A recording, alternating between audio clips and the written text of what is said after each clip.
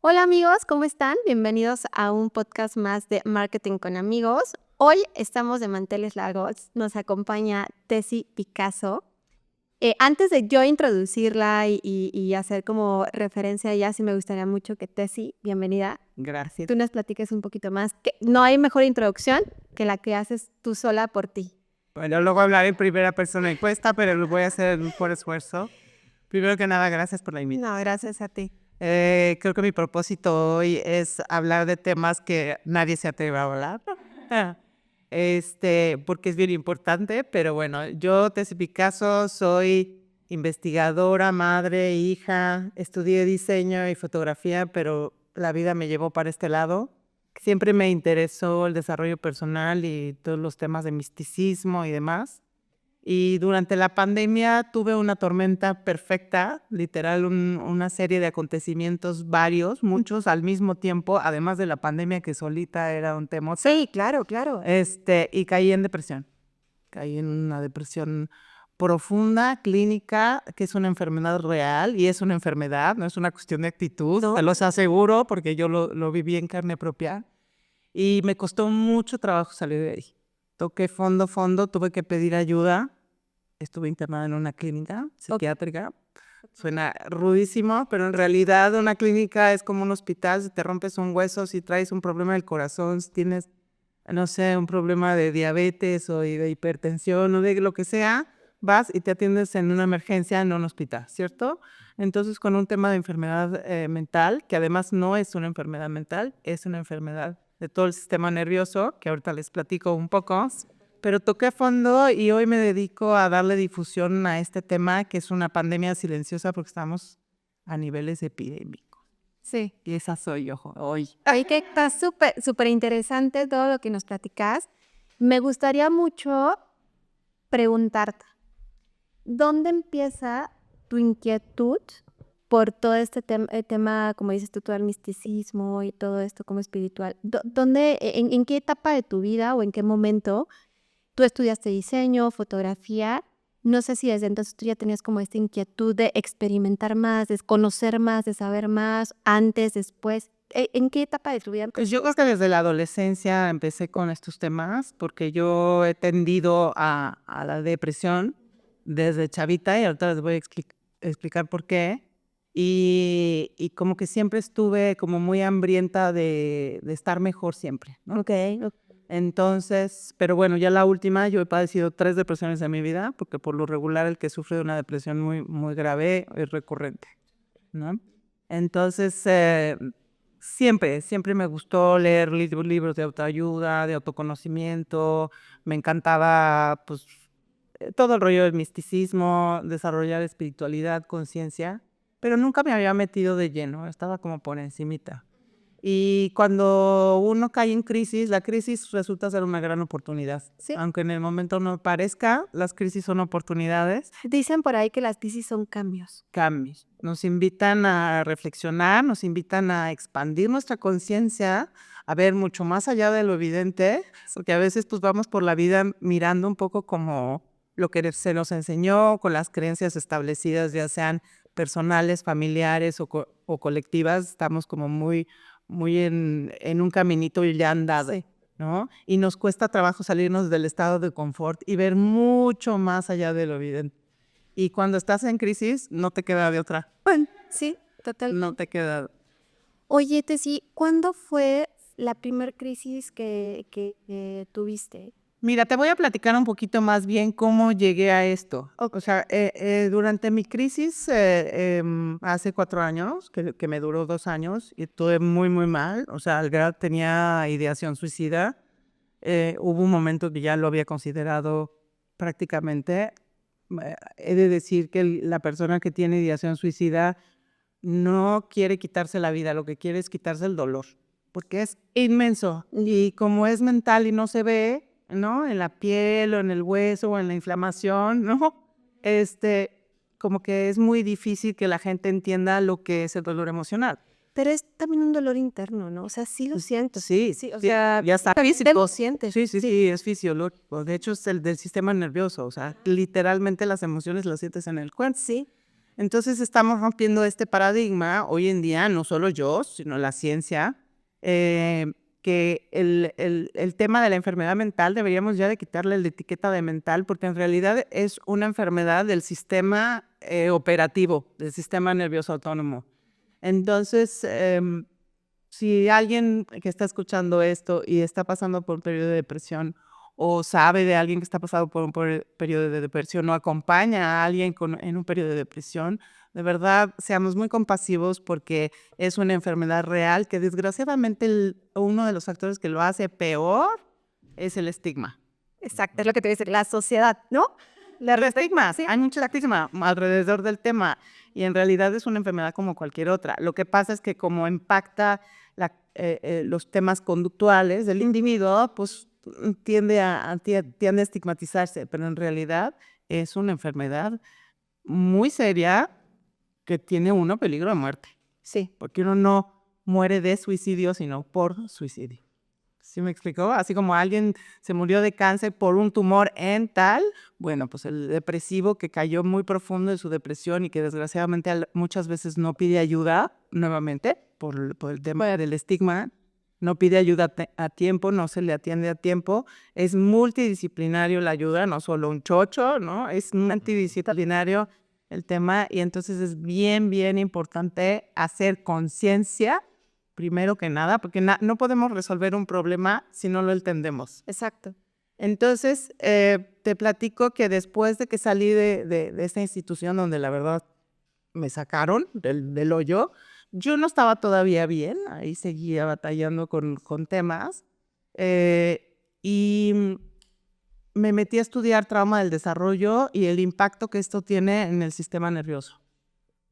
Y entonces escribí un libro, porque creo que una de las principales cosas de crear conciencia es educarnos, porque gran parte de nuestros problemas sociales todos radican y se arraigan en la ignorancia.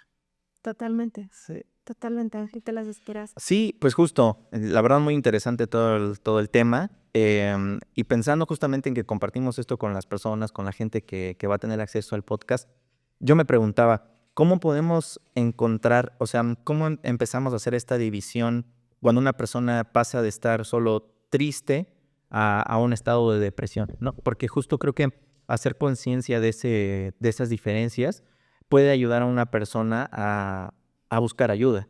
Porque muchas personas que van a estar viendo este podcast pueden decir, bueno, creo que llevo una semana triste, 2 semanas tristes, un día, 2 horas, ¿no? Y puede ser que no sean ni factores de tiempo, ni de una situación que vivan, ¿no? O sea, que no sea derivado de, no, pues reprobé un examen, que soy consciente que eso podría ser suficiente para estar triste, pero incluso deprimir a una persona. Muchas personas se juegan muchas cosas en su día a día, ¿no? Sí, hay detonadores. Ujú, Por exacto. ejemplo, no sé, yo por ejemplo tengo trauma vincular, que viene desde la infancia, ¿eh? Entonces a mí las relaciones de pareja me detonan ansiedad y tristeza. Y hay otras cosas en las que me siento súper segura de mí misma, no tengo ningún problema.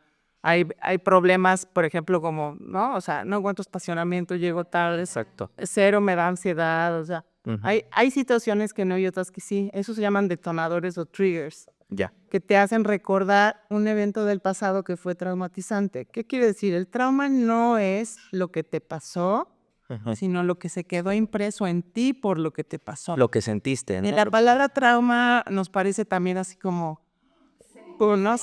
Pero en realidad también tenemos que normalizarlas porque quiero decirles que todos, Sí, totalmente.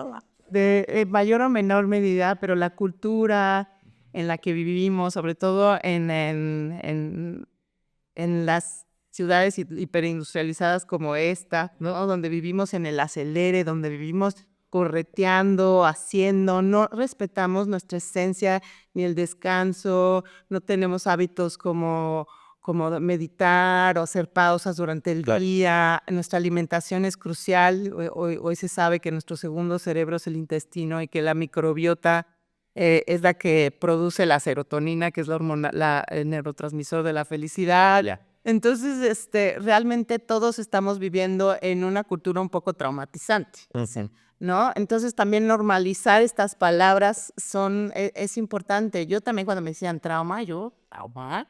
No, hombre, ¿cómo crees? ¿De qué hablan? Es que tenía este estigma, ¿no? O sea, tiene este estigma, bueno, incluso las personas dicen, no, pues es que eres el traumadito, ¿no? O sea, o ella está bien traumada. Y justo, o sea, son Estigma, ¿ves? son comentarios que Ofensivas. sí, tienen una connotación ofensiva que no debería de ser así. Pues chicos, yo tengo trauma. Y todos en mayor y en menor medida. Aquí tienen traumas Exactos, como dicen. gravísimos como ser golpeado durante la infancia, situaciones de desastres naturales muy cañones, el abuso sexual, ¿no? O sea, Sí. el abuso infantil hoy es también epidémico, desgraciadamente las cifras son terribles. Aquí están las cifras en el libro. Hoy más de 300 personas en el mundo padecen depresión. O sea, suena así como cañón, ¿no? Sí. Es la segunda causa de muerte en adolescentes y jóvenes adultos. Entonces estamos viviendo una pandemia silenciosa de la que nadie habla y nos hacemos tontos y no lo queremos ver porque es incómodo. Pero lo que no vemos y no traemos a la conciencia no lo podemos resolver. Y como yo digo, el tema de la depresión no solo es depresión o otras etiquetas de enfermedades mentales como bipolaridad, como déficit de atención, o sea, todo en realidad tiene que ver con esta desregulación del sistema nervioso. Y entonces es muy importante traerlo a la conciencia y dejar quitar el estigma y que podamos hablar del tema abiertamente, porque el que está deprimido muchas veces no finge estar deprimido, finge estar contento y finge estar productivo y hace lo mejor que puede, pero como no está atendiendo y suprimiendo su problema, no pide ayuda y va a colapsar en algún momento. Y ya una depresión clínica es pues, una enfermedad real y muy grave. Sí, claro. Y bueno, y en ese sentido, digo, escucho que hay como varias aristas y veo que no solamente la consulta o la famosa, o sea, la visita clínica, psicólogo, psiquiatra es el único camino, ¿no? Y me hizo mucho sentido lo que decías con el tema de la comida. Por eso nos sentimos también cuando comemos algo rico, cuando nos lo estamos pasando bien. Digo, o sea, hasta este momento estoy haciendo el match literal que lo estás comentando y veo que pues, tenemos otros caminos más allá del chocho que mencionábamos, ¿no? Bueno, es muy importante, es multidisciplinario. O sea, el tema no es voy con un psiquiatra a que me dé un antidepresivo, que en realidad suprime un poco los síntomas para que te la lleves más tranquila, porque sí, además la depresión está combinada con ansiedad, puede ser un tema fuerte. Y entonces yo digo que la psiquiatría suprime un poco síntomas para que puedas sostenerte en lo que sales adelante. Pero no es el happy pill. Sí, es bien claro, no es happy pill. Yo he tenido entrevistas también con psiquiatras y ellos hoy lo saben que es un tema multifactorial. Uno es la terapia, por supuesto, aunque la terapia hablada en cuestión de trauma no llega muy profundo. ¿Por qué? Porque va más allá de lo cognitivo, del córtex prefrontal. Está en el subconsciente y el subconsciente literal vive en el cuerpo. Te voy a dar un ejemplo. Yo de repente me voy a voltear aquí y voy a empujar. Y Ceci va a ser así tener un mecanismo de defensa que es automático, que en piloto automático. Pero si la agresión llega a ser muy fuerte, se va a quedar ese miedo en su sistema. ¿Qué quiere decir? Y entonces eso se convierte en una memoria implícita o sensorial. Como cuando manejamos el coche o andamos en bicicleta, ya nuestro cuerpo sabe cómo hacerlo, no tenemos que estar pensando si tenemos que poner pisar el freno, poner la direccional o el espejo, o sea, ya nuestro cuerpo lo hace en automático. Okay, eso es una memoria implícita, no tenemos que pensarlo para que suceda. El trauma sucede igual, nada más que manejar lo logramos a través del hábito, de manejar. Y llega un momento en que ya es autónomo, automático, ya está en el sistema nervioso autónomo. El trauma, desgraciadamente, ante un impacto emocional muy fuerte, se va directamente a las memorias implícitas.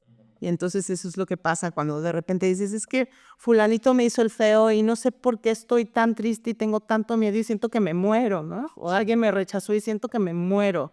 literal siento como que me muero y es totalmente irracional.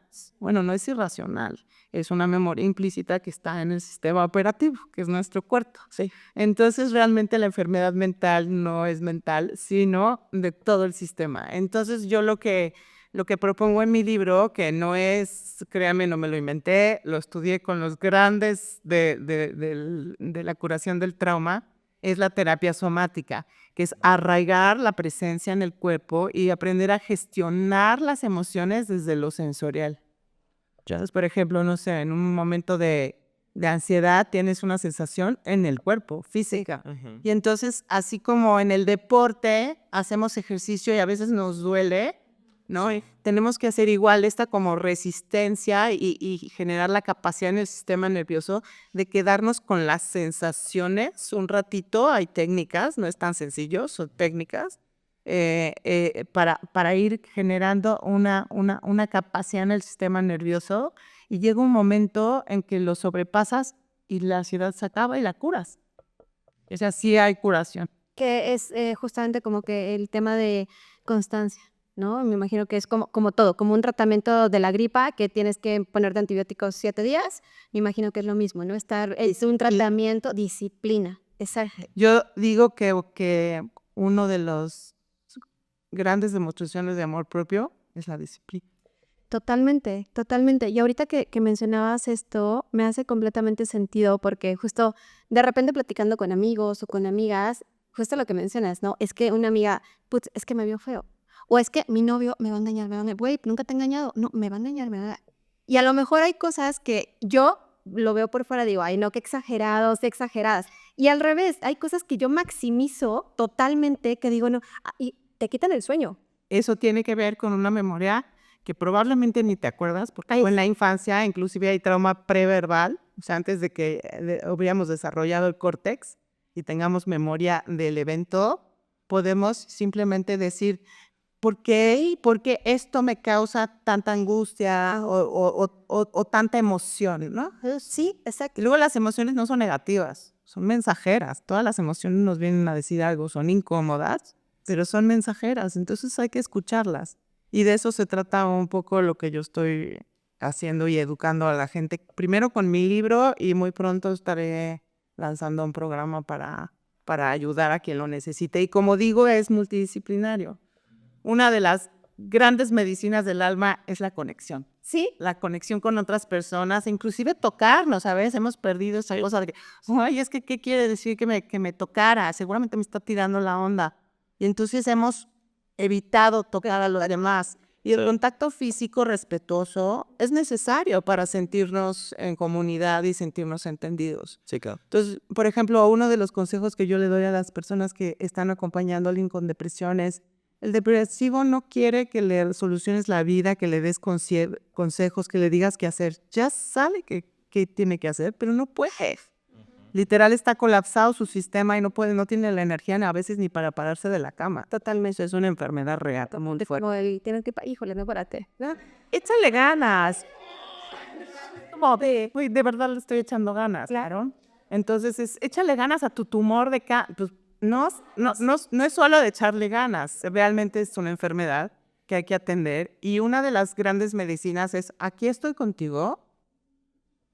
No vengo a salvarte, no te vengo a darte ningún consejo, pero vengo a estar contigo. Es que ponemos una playlist, te traje algo rico de comer. Quiero estar contigo, nada más. Oye, inclusive, ¿en qué Acompaña. te ¿no? O sea, te digo, es la empatía. Yo me acuerdo mucho ahorita, yo soy mamá de un bebé de 3 años. Y yo me acuerdo que cuando tuve a mi bebé, que fue por cesárea, yo me sentía mal, o sea, triste, de que todo el tiempo lloraba. La depresión postparto es también real. Y ahorita te digo los factores del postparto. ¿Sabes qué es lo más duro? Mi mamá, yo la amo con todo mi corazón, me ayudó muchísimo en todo esto. Pero ella me decía, mijita, en mi época no había tiempo de deprimirse. O sea, es párate y vamos. Y yo, ma, es que en serio me siento mal. O sea, no sé qué pasa conmigo, pero a veces odio a mi marido. No lo tolero. A veces el bebé me ofusca, lo amo con todo mi corazón, pero y a veces me siento cansada, agotada todo el tiempo. Y, o sea, mal. Pero me metía en la cabeza, no, es que no tengo tiempo. Ve al bebé, vete a trabajar, esto, lo Pero eso es lo que tendremos que hacer. Es Evitar la emoción. Y ahorita que mi bebé, Y no las cobra, más adelante. ahorita que mi bebé tiene 3 años, el horario, ya siento que me recuperé, ya me siento ahora sí otra vez yo, porque hasta la gente me decía, y muy duro, porque yo con la tristeza y sentía que cargaba muchas cosas y no las sacaba, porque tú quisiste tener bebé, el otro, y a partir de que nació tu bebé ya no es la misma. Y es más, ya no ríes, ya no eres feliz, ya no, y te da más para abajo, ¿no? Es como... Y el clásico es, oye, pero es que tienes todo para ser feliz, acabas de ser mamá, ve nada más tu bendición, y tú te sientes miserable y culpable por sentirte así. Y en realidad es que los cambios hormonales y la fluctuación de progesterona y estrógenos se cambia mucho en el periparto, o sea, antes y después del parto, cambia tanto que realmente te deprimes y no es tu voluntad, no es una cuestión de actitud, pues sí, ahí está mi bebé y lo amo, pero me siento miserable. ¿Por qué? Porque los neurotransmisores están haciendo circo en todo el sistema operativo.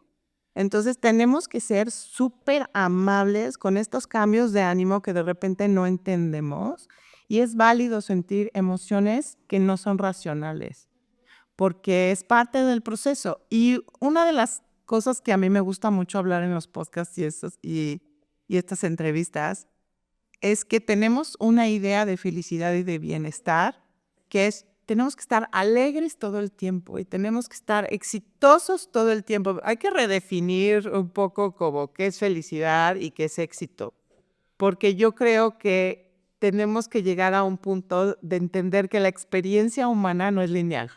Igual que los ciclos de la naturaleza, ¿sabes? O sea, pasamos por primavera, luego invierno, y tenemos día y noche y una dualidad y las mareas y los ciclos. Y las mujeres, sobre todo, tenemos ciclos de 28 días y ustedes de 24 horas. Entonces también, por ejemplo, entender, amé la novia de mi hijo, le dijo a mi hijo tips. Super tip para la vida.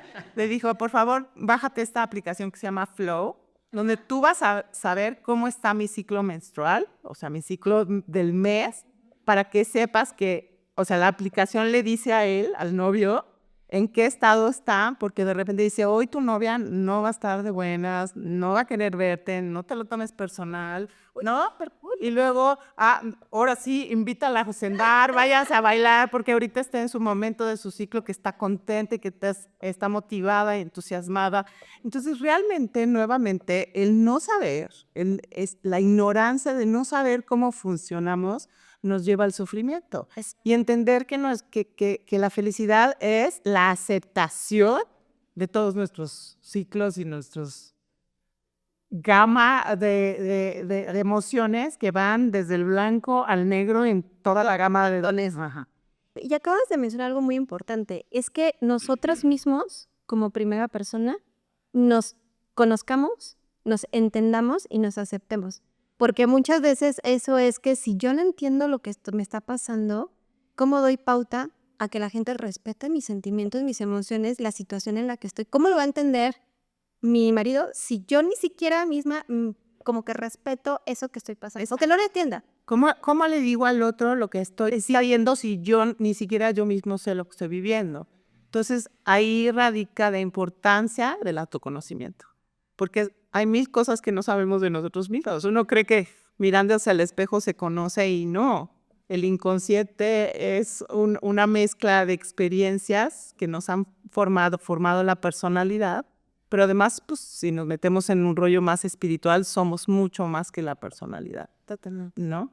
Pero el autoconocimiento es increíblemente importante, y mi libro lo escribí para eso, porque al entender qué es trauma del desarrollo, entender cómo las experiencias adversas en mi infancia, porque como de los 0 a los 7 años, el ser humano se está formando y su sistema nervioso se está desarrollando, son esponjitas que ante ciertas adversidades se quedan impactadas. Como dije, el trauma no es lo que te sucedió, sino lo que se queda impreso en tu sistema.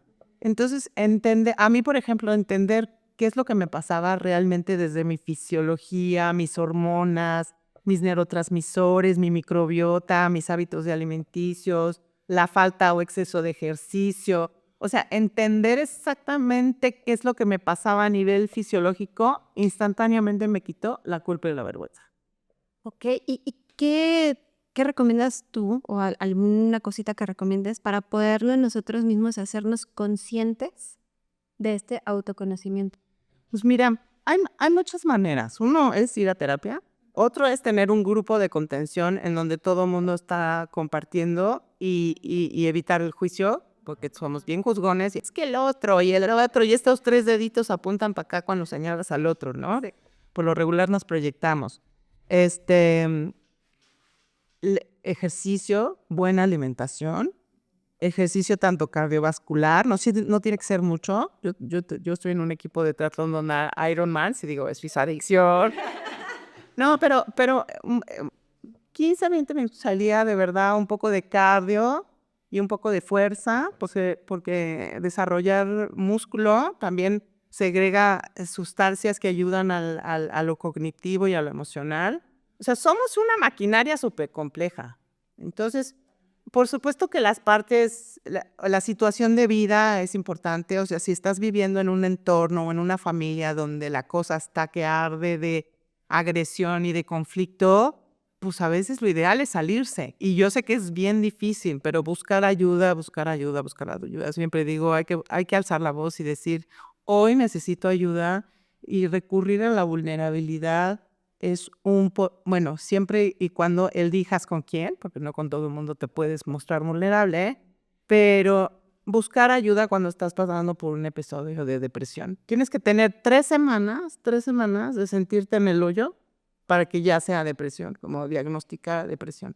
Porque la tristeza no es depresión. De repente tenemos momentos tristes, a veces estamos enojados.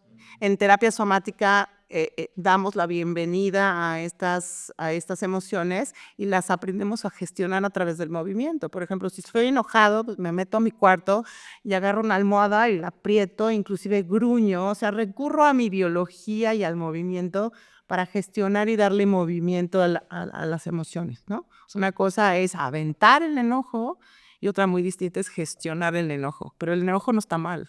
No. Y el enojo, por ejemplo, todas las emociones tienen un propósito. Por ejemplo, el enojo sirve para poner límites, ¿no? Entonces, aprender sobre nuestras emociones y aceptar nuestras emociones porque son parte de nuestra experiencia humana que todo mundo vivimos, y no pretender estar en un estado perpetuo de alegría porque eso nomás trae frustración y sufrimiento. Sí, solamente. Oye, Tessy, y todos estos temas que tocamos ahorita como muy, muy por encimita, porque creo que es un tema súper profundo, que nos llevaría Podríamos hablar de hormonas 2 horas, podríamos hablar de... ¿no? totalmente. Pero esto lo podemos encontrar en tu libro En Amazon. Depresión Suicida a despertar de la vida. A despertar a la vida. Esto Y de verdad es una oportunidad cuando uno pasa por uno de estos episodios para abrir la conciencia y evolucionar. O sea, yo soy un antes y un después de este episodio en mi vida. De verdad se los digo. que como dices, a veces es necesario. Y yo lo agradezco. Claro. De verdad lo agradezco porque fue el empujón que me hizo darme cuenta de cosas que mucha gente no sabe y que hoy quiero ser voz para que otros sepan que hay un camino y que hay esperanza, porque la depresión es un lugar muy oscuro donde de repente no hay esperanza. Qué fuerte, Sí. pero sí, como dices tú, es un tema necesario, que necesita nuestra sociedad, que necesitan nuestros jóvenes, nuestros niños, ¿no? Porque sí, también de repente... Y los adultos. Y los adultos, sí, que necesitamos en general como sociedad. Y que además es un problema ya tangible, ¿no? Como bien lo mencionábamos, o sea, es la causa, una de las principales causas de suicidio, ¿no? Y es un problema bastante, bastante grave, porque una cosa es atentar contra la salud, contra el bienestar, y otra es atentar por la vida, que pues no existe algo más grande que eso, ¿no? Y de Entonces, verdad las cifras son de espantarse. sí. Qué locura. De hecho, justo, o sea, me lo recordaba algunos estudios de la UNAM sobre eso, ¿no? Sobre todo en temas de juventudes. Y es que también se heredan, ¿no? O sea, también nosotros hay una herencia intergeneracional de traumas, de experiencias, de las formas, educación, de esa educación que traemos de abuelos, luego papás, y cada uno en esas generaciones vamos heredando muchas cargas emocionales y psicológicas y todo. Y imagínense, o sea, cuando llegamos a ser hijos y luego nietos, pues cargamos con todo eso cuando no existe un conocimiento. Y también un punto, ¿no? Yo estaba pensando en esta película intensamente. Me encantó porque sí, está padrísimo. Es buenísima, la verdad es que es buenísima, yo soy muy fan, pero justo creo que me vino a la mente por el hecho de que solemos englobar nuestras emociones en estratos muy simples, ¿no? O sea, como felicidad, enojo, tristeza y demás. Y las emociones no acaban ahí. O sea, nosotros también tenemos matices, por así decirlo, en temas de me siento decepcionado, ¿no? Me siento frustrado. O sea, son emociones mucho más Vergüenza, siento vergüenza. culpa. Y no se acaba en estoy feliz o estoy enojado. O sea, somos muy complejos, somos mucho más allá de eso. Y la falta de conocimiento no nos permite identificar y por ende actuar en pro de esas emociones, ¿no? Y eso es lo que complica también toda esta situación, porque mucha gente dirá, no, pues está feliz, no, pues está triste, está contento y no, ¿no? Hay un matiz que tenemos que resolver. Preocupación. Finalmente, en nuestro sistema vive el niño. Ujú. El niño interior no es un cuento mafufo, lugu y místico. O solo lo bonito, ¿no? Del niño interior, de que, ay, voy a ser feliz con mi niño interior. No, también vive el otro niño, ¿no? Vive el niño. Sí, el niño. Niño en sus luces y en sus sombras, Ujú. ¿sabes? Y entonces cuando nos convertimos a adultos nos olvidamos de, pues es como, ya, eso quedó en el pasado. No es cierto. El niño maneja nuestras vidas aquí y ahora. Claro. Entonces, atender estas emociones que son retadoras, a mí no me gusta llamarlas negativas, Ujú. neta, retadoras, incómodas, que nos invitan a la reflexión y al cambio, Ajá. hay que darles la bienvenida y escucharlas, porque es la voz del niño que está llamando por dentro a decir, necesito que me vean, necesito que me escuchen. Y a lo mejor no tienes un adulto que te vea o que te escuche, un amigo que te vea, que te escuche, pero tú tienes a ti mismo que puedes ver y escuchar al niño interior, ¿sabes? Entonces también cambiar como este paradigma de cómo nos relacionamos con nuestras emociones. O sea, las emociones no son negativas, lo negativo es cómo nos llevamos, nos relacionamos con nuestro mundo emocional. O la os manejo a eso. Exacto. Una cosa es el dolor, que es parte de la vida, y el sufrimiento radica en el rechazo al dolor. Es que no quiero sentir dolor. Y entre más rechazamos el dolor, más grande se vuelve el sufrimiento. Entonces, las emociones, además, está comprobado que duran unos segundos. O sea, viene la emoción y si aprendes a gestionarla, la expresas, mueves el cuerpo, la sientes, a lo mejor escribes, la gestionas. Y entonces la dejas pasar. Es como Lo que hacen los artistas y lo que hacen los artistas que expresan su dolor en su arte, ¿no? Y obviamente también su emoción, sus pérdidas. Eso es muy famoso en la música, en la pintura y demás. Sí. En mi libro hablo de 3 técnicas, todas a través de lo somático, que es soma quiere decir cuerpo, no a través del cuerpo, más allá de la mente, al contrario es pararle el rollo a la mente que produce muchos pensamientos y involucrarte más con lo sensorial y expresar.